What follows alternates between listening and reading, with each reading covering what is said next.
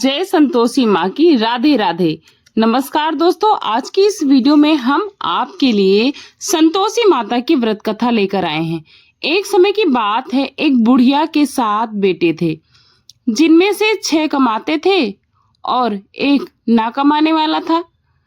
वह बुढ़िया 6 बेटों को अच्छा अच्छा खाना बनाकर खिलाती थी, पर 7वें बेटे को उन सब का बचा कुचा जूठन खिलाती थी। और वह भोला भाला अपनी माँ की इस चालाकी को खुद समझ नहीं पाता था। एक दिन वह अपनी पत्नी से बोला, मेरी माँ कितनी अच्छी है, मुझे कितना प्यार करती है। तो उसकी पत्नी ने बोला, वह तुम्हें सबका बचा खुचा खाना खिलाती है। इस बात पर उसे विश्वास नहीं हुआ। एक दिन वह छुप कर देखता है कि माँ अपने 6 बेटों का बचा खुचा खाना बड़े प्यार से हमें देती और उन सभी को बड़े बड़े प्रकार के व्यंजन बनाकर खिला रही है, बड़े प्रेम से। जब वो 6 खाना खाकर उठ गए, तब माँ ने उनकी थालियों से जूठन इकट्ठा करी और उसके लिए एक थाली में परोस कर रख दिया। जब वो घर पर आया तो माँ अपने सबसे छोटे लड़के से बोली, खाना खा ले। वह बोला, माँ मैं भोजन नहीं करूंगा, मैं तो परदेश जा रहा हूँ। माँ बोली, कल जाता है तो आज ही चला जा। और वह बोला, ठीक है जाता हूँ। घर से निकल गया और गौशाला में पहुंचा, जहाँ उसकी पत्नी गोबर के उपले थाप रही थी। प्रवीण अपनी पत्नी के पास गया और बोला, मैं परदेश जा रहा हूँ, कुछ समय के बाद ही आ पाऊंगा। तुम संतोष से रहना और अपने धर्म कर्म का पालन करना। इस पर उसकी पत्नी बोली, स्वामी आप आनंद से जाइए, मेरी चिंता मत करिए, मैं तो राम भरोसे यह रह लूंगी। ईश्वर आपकी सहायता करे।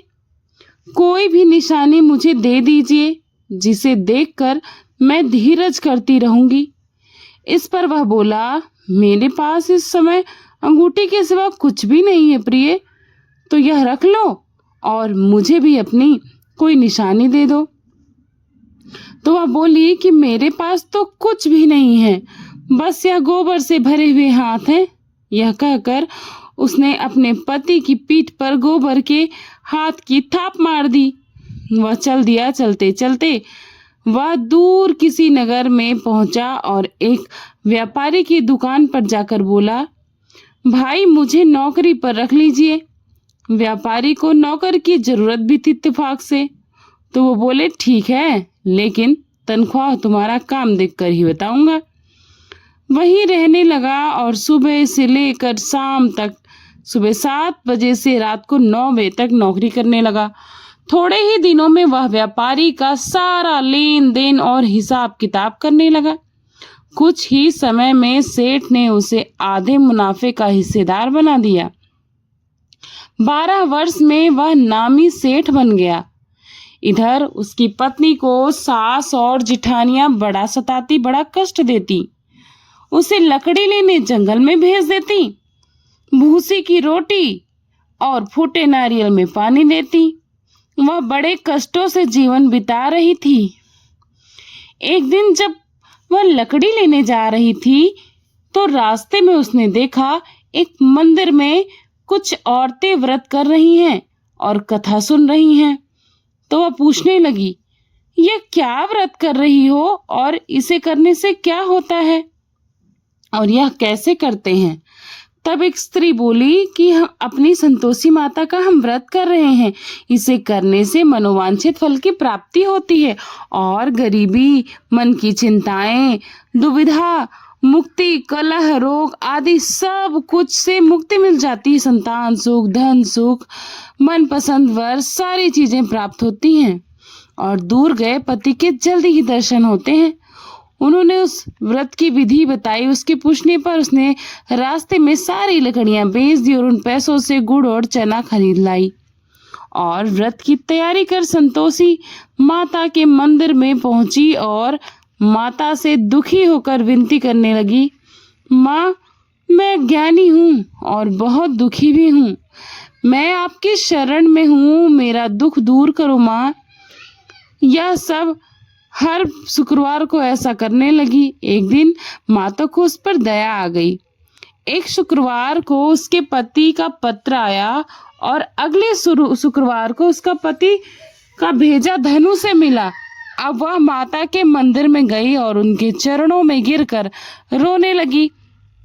बोली, माँ, मैंने पैसे कब मांगे थे? मुझे तो अपना सुहाग चाहिए माँ। मैं तो अपने स्वामी के दर्शन और सेवा करना मांगती हूँ। तब संतोषी माता ने प्रसन्न होकर कहा, जा बेटी, तेरा पति जल्दी ही घर आएगा। वह प्रसन्न होकर घर पर गई और काम काज में लग गई। उधर संतोषी माता ने स्वप्न में उसके पति को पत्नी की याद दिलाई और घर जाने को कहा। वह बोला, माँ, कैसे जाऊं? परदेश की बात है, लेन देन के कई हिसाब बाकी हैं। माँ बोली, सवेरे उठकर मेरा नाम लेकर घी का दीपक जलाना और फिर स्थान पर बैठना। सवेरे उठकर उसने वैसा ही किया। देखते ही देखते सारा लेन देन साफ हो गया और फिर धन का ढेर लग गया। वह खुश होकर घर की ओर रवाना हो गया। उधर उसकी पत्नी रोज लकड़ियां लेने जाती और संतोषी माता की पूजा अर्चना करती। एक दिन वह बोली, माँ, यह धूल कैसे उड़ रही है? माँ बोली, बेटी, तेरा पति आ रहा है, तू लकड़ियों के 3 बोझ बना ले। एक नदी के किनारे रख और एक यहाँ रख दे और तीसरा अपने सिर पर रख लेना। तेरे पति के दिल में उस लकड़ी के गट्ठर को देखकर मोह उत्पन्न होगा और घर जाकर आवाज लगाना, सासू जी, लकड़ियों का गट्ठर लो, चूनी भूसी की रोटी दो और फूटे नारियल में पानी दो। इस मेहमान कौन आए हैं? और वैसा ही किया। घर पर जब वो गई तो आंगन में लकड़ियों का गट्ठर रख कर बोली, सासू जी, लकड़ियों का गट्ठर लो, चूनी भूसी की रोटी दो और नारियल के फूटे में पानी दो। आज मेहमान कौन आया है माँ जी?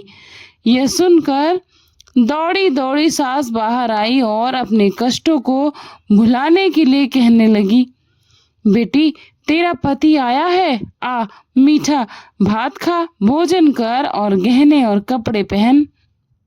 इतने में उसका पति बाहर आया और उसके हाथ में अपनी अंगूठी देखकर माँ से पूछने लगा, माँ, यह कौन है? माँ बोली, बेटा, ये तेरी बहू है। पूरे 12 वर्ष हो गए हैं, यह दिन भर घूमती रहती है, कोई काम काज भी नहीं करती, तुझे देखकर नखरे कर रही है। वह बोला, माँ, मैंने तुम्हें और इसे दोनों को देख लिया और बातें भी सुन ली। अब मुझे दूसरे घर की चाबियां दे दो, मैं उसमें रहूंगा। माँ बोली, ठीक है, जैसी तेरी इच्छा, जा। चाबियों का गुच्छा पटक दिया। बेटे ने अपना सामान दूसरे घर में रख दिया। देखते ही देखते उनके राजा के समान ठाट बाट हो गए। अगला शुक्रवार जब आया तो वह अपने पति से बोली, मुझे संतोषी माता के व्रत का उद्यापन करना है। वह बोला, खुशी से करो। वो तैयारियों में लग गई और उसने जेठ जिठानी के लड़कों को भी बुलाया। पीछे से जिठानियों ने अपने बच्चों को सिखला दिया कि तुम खटाई के बाद खटाई जरूर मांगना, जिससे उसका उद्यापन पूरा ना हो। लड़कों ने आते ही खटाई की मांग कर ली और बोली, नहीं नहीं, खटाई में नहीं दे सकती, ये मिठाई ले लो, यह संतोषी माता का प्रसाद है। लड़के बोले, फिर पैसे ही दे दो। भोली भाली चाची समझ नहीं सकी और उन्हें पैसे दे दिए। उन पैसों से खटाई लेकर वे खाने लगे। इस पर संतोषी माता क्रोधित हो गईं और राजा के दूत उसके पति को पकड़ कर ले गए। वह बेचारी रोती हुई माता जी के मंदिर में गई और बोली, माता, यह क्या किया? माता बोली, पुत्री, मुझे दुख है कि तुमने अभिमान करके मेरा व्रत तोड़ा और इतनी जल्दी सब कुछ भूल गई। वह बोली, माता, मैंने तो कुछ गलत नहीं किया, मैंने भूल से लड़कों को पैसे दिए थे, मुझे क्षमा करो माँ, मैं दोबारा उद्यापन करूंगी। माता बोली, अच्छा जा, तेरा पति रास्ते में आता ही हुआ होगा।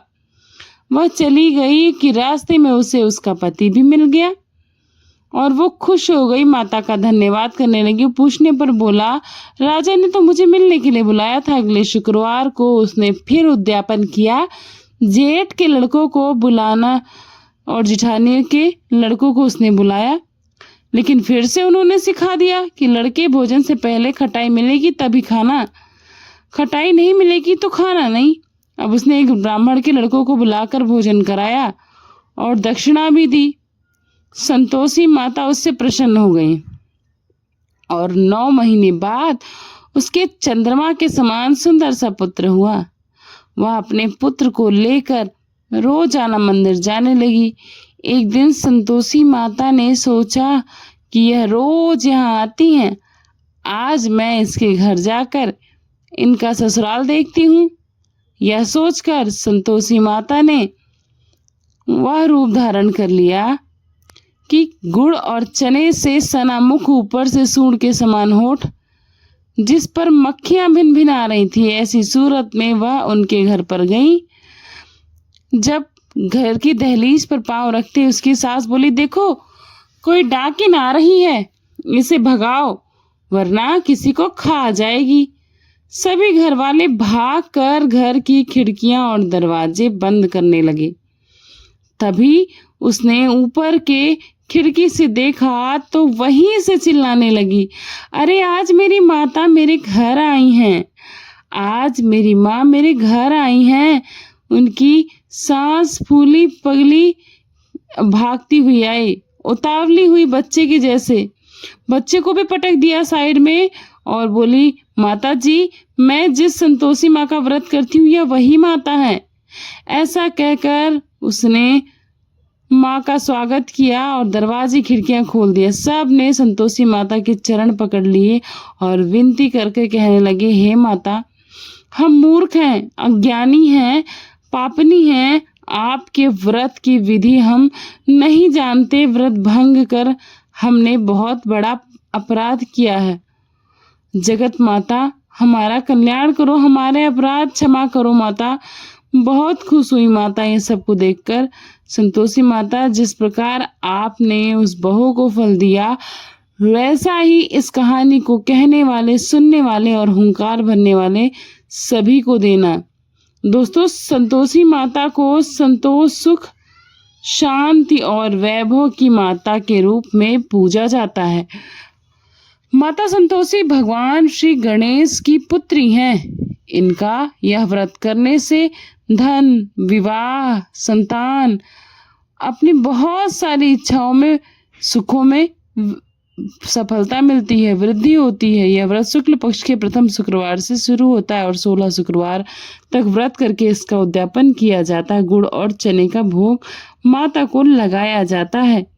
यह व्रत करने वालों को खट्टी चीजों को नहीं खाना चाहिए, ना प्रसाद में देना चाहिए और ना ही हाथ लगाना चाहिए। बोलिए संतोषी माता की जय। आपको कथा कैसी लगी कमेंट बॉक्स में जरूर बताइएगा। मिलती हूँ नई अध्याय के साथ, नई कथा के साथ। थैंक्स फॉर वॉचिंग पूर्णिमा के ब्लॉग। राधे राधे।